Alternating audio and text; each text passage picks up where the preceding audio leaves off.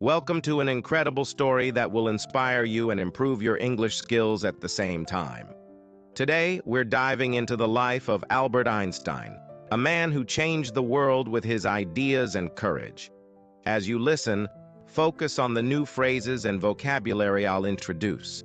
This is not just about learning English, it's about learning how persistence and curiosity can lead to greatness.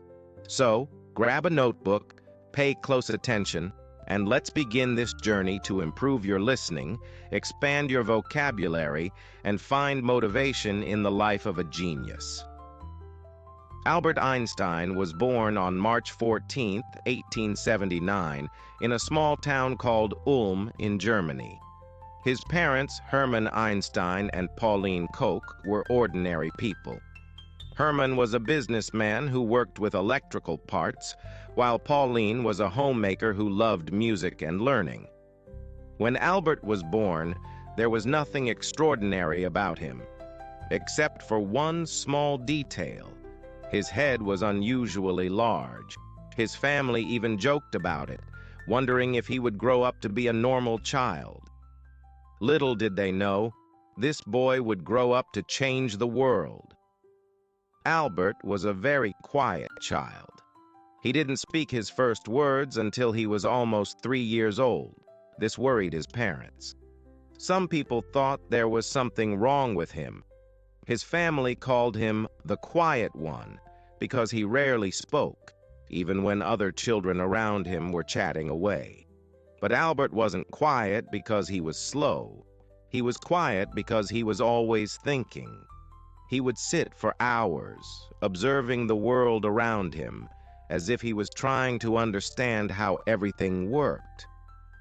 When Albert was 5 years old, his father gave him a small gift that would change his life forever. It was a simple compass. At first, Albert didn't understand how it worked. How could the needle always point north, no matter how he turned it? He became obsessed with this tiny object. He stared at it for hours, trying to figure out the invisible force that guided the needle. This was the first time Albert realized that there were unseen forces in the world, and he wanted to discover them all. He later said, "That experience left a deep and lasting impression on me."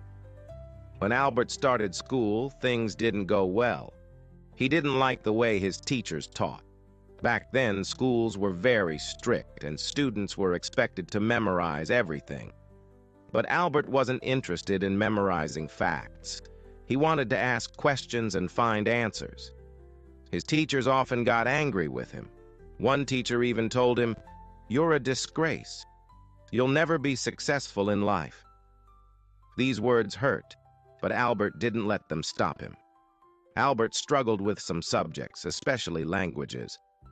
But there was one subject he loved more than anything: mathematics.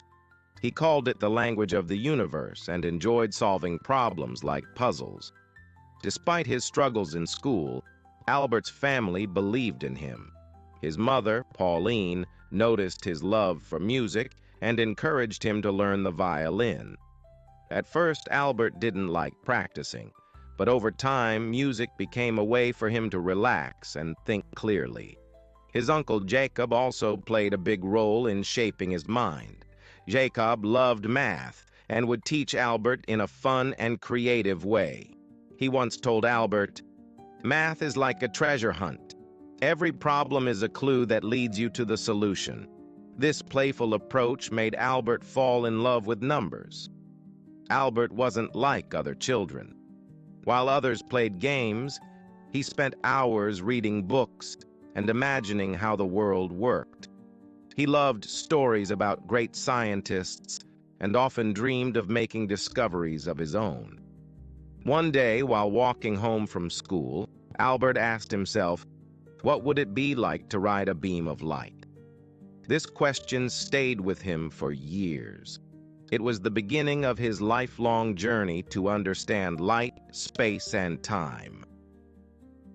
When Albert was 15 years old, his life took a difficult turn. His father's business failed, and the family had to move to Italy. Albert stayed behind in Germany to finish school, but he hated being away from his family. He felt lonely and unhappy.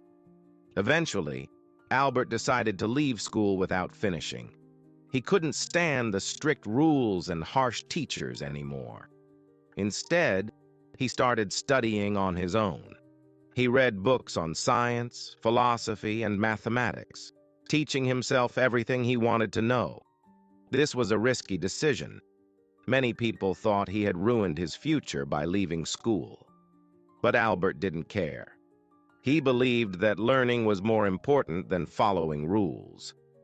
At 16, Albert wrote his first scientific paper. It wasn't perfect, but it showed his incredible potential. He also applied to a prestigious school in Switzerland called the Swiss Federal Polytechnic School.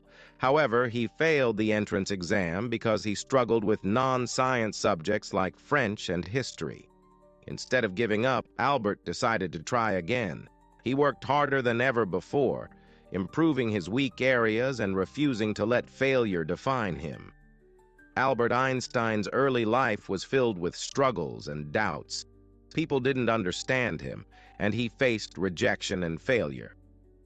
But he never gave up. His curiosity, determination, and love for learning kept him going. Albert Einstein was determined to make something of his life. After leaving Germany, he moved to Switzerland, a country known for its modern education system. Switzerland was different from Germany. The schools were less strict, and students were encouraged to think freely. This was exactly what Albert needed. At the age of 17, Albert tried again to get into the Swiss Federal Polytechnic School in Zurich. This time, he passed. However, his troubles weren't over yet. Even though he was finally studying at one of the best schools in Europe, Albert's rebellious nature made it hard for him to fit in. Albert loved studying mathematics and physics, but he wasn't interested in other subjects. His professors didn't understand his way of thinking. Some of them even disliked him because he didn't follow their teaching methods. One professor said, "You are a smart boy, Einstein, but you lack discipline." Albert wasn't the best student in his class. He often skipped lectures and studied on his own. While his classmates followed the curriculum, Albert spent his time exploring deeper questions. What is light? How does time work? Why does gravity exist? These weren't ordinary questions, and most people didn't have answers for them. During his time at the Polytechnic, Albert met a young woman named Mileva Maric, the only female physics student in his class.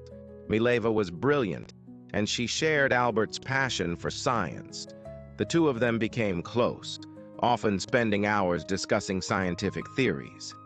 Mileva wasn't just Albert's classmate. She became his closest companion.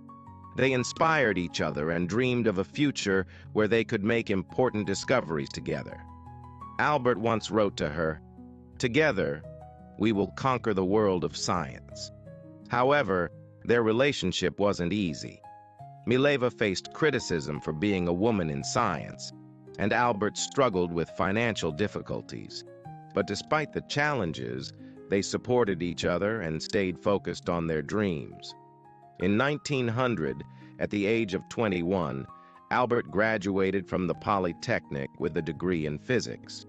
He was excited about starting his career as a scientist. But life had other plans. Albert couldn't find a job. He applied to several universities hoping to become a professor or researcher, but he was rejected every time. His professors didn't give him good recommendations because they thought he was unmotivated. This was a painful time for Albert. Imagine working hard for years, only to face rejection after rejection. But Albert didn't give up. Instead, he took whatever jobs he could find to support himself.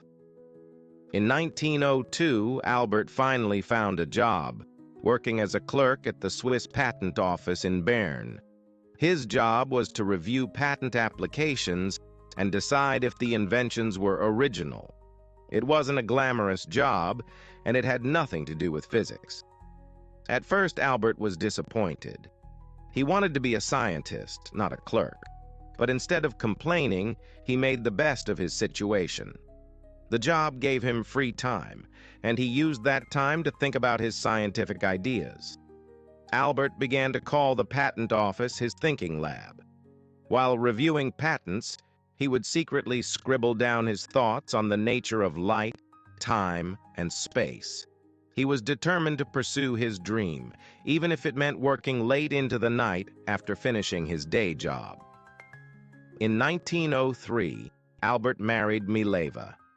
The couple had a simple wedding, and soon after, they had their first child, a son named Hans Albert Einstein. Although they were happy together, life wasn't easy. Albert's salary as a clerk wasn't enough to support his family. They lived in a small apartment and struggled to make ends meet. Albert's friends often advised him to give up on his scientific dreams and focus on his job. But Albert refused. He said, "I would rather struggle for my passion than live comfortably without purpose." Despite the hardships, Albert continued to work on his theories. In 1905, at the age of 26, he published a series of papers that would change the world forever. Scientists call this year Einstein's Annus Mirabilis, or Miracle Year. 1. The photoelectric effect. Albert explained how light behaves like tiny particles, called photons. This discovery would later win him the Nobel Prize in Physics. 2. Brownian motion. He proved the existence of atoms, which was a groundbreaking achievement at the time. 3. Special theory of relativity. This was Albert's most famous work. He introduced the idea that time and space are relative, not absolute. From this theory came the famous equation E equals mc squared, which showed that energy and matter are interchangeable. These papers shocked the scientific community. Albert Einstein, a humble clerk with no university position, had just revolutionized physics. After 1905, Albert's life began to change. Scientists around the world started to notice his work. He was offered teaching positions and became a professor at several universities. Finally, his hard work and determination were paying off. But Albert didn't let success get to his head. He continued to ask big questions and push the boundaries of science. He believed that knowledge was infinite and that curiosity was the key to understanding the universe. Albert Einstein's journey from a struggling clerk to a world-renowned scientist is a testament to the power of perseverance. He faced rejection, poverty, and doubt, but he never let go of his passion for science. His story teaches us that, 1. Failure is not the end. It's a step toward success. 2. Believing in yourself is more important than seeking approval from others. 3. Big dreams require big sacrifices. By 1909, Albert Einstein's groundbreaking discoveries were known across Europe. He became a professor at the University of Zurich and later moved to Prague to teach at the German university. It was during these years that Albert began to understand the immense impact of his work. People now looked at him as a genius, a thinker who could solve mysteries of the universe. Albert, however, remained humble. He once said, "I am no genius. I am simply curious. I stay with questions longer than others." But fame brought challenges. Albert was not someone who cared about appearances or wealth. He continued living a simple life, wearing the same old clothes and focusing only on his work. While the world celebrated him, Albert knew that his journey was far from over. In 1914, Albert moved to Berlin, Germany, after being offered a prestigious position at the Prussian Academy of Sciences. This was a big step in his career, as he now had the resources and freedom to focus entirely on research. Around this time, the world was changing rapidly. World War I broke out, and millions of lives were affected. While many scientists supported the war, Albert spoke out against it. He believed in peace and used his influence to promote harmony. During this period, Albert's marriage to Mileva began to fall apart. The pressures of fame, combined with their financial struggles in the past, created distance between them. In 1919, they divorced, though Albert ensured that Mileva and their sons were financially supported. In the same year, something incredible happened. British scientists tested Albert's general theory of relativity, which he had been working on since 1915. The results confirmed his theory. Gravity could bend light. This was a revolutionary discovery that changed how we understand the universe. The news spread like wildfire. Albert Einstein became a global icon overnight. Newspapers around the world printed headlines like, "Einstein's theory proven true." For the first time in history, a scientist was treated like a celebrity. When asked how he felt about his fame, Albert replied, "If my theories are proven wrong, the Americans will say I am a German, and the Germans will say I am a Jew. If my theories are proven right, the Germans will say I am a German, and the Americans will say I am a Jew." This statement reflected Albert's wit and the challenges he faced as a Jewish scientist in a world filled with prejudice. In the 1920s, Albert traveled the world, giving lectures and meeting other scientists. He visited the United States, Japan, and many other countries, sharing his ideas and inspiring the next generation of thinkers. Albert used his fame to advocate for peace. He spoke out against war, saying, "Peace cannot be kept by force. It can only be achieved by understanding." He also supported the rights of minorities and refugees, becoming a voice for those who had none. But as his fame grew, so did the criticism. Some people accused him of being too idealistic, while others tried to discredit his work. Albert faced these challenges with grace, saying, "Great spirits have always encountered violent opposition from mediocre minds." In 1933, the rise of the Nazi regime in Germany forced Albert to flee the country. As a Jewish scientist, he was in great danger. The Nazis burned his books and labeled his theories as Jewish science. Albert moved to Princeton, New Jersey in the United States, where he joined the Institute for Advanced Study. He was heartbroken by what was happening in Germany, but he remained hopeful. He said, "In the middle of difficulty lies opportunity." Albert became an American citizen in 1940 and spent the rest of his life in the United States. During World War II, Albert was asked to support the development of an atomic bomb.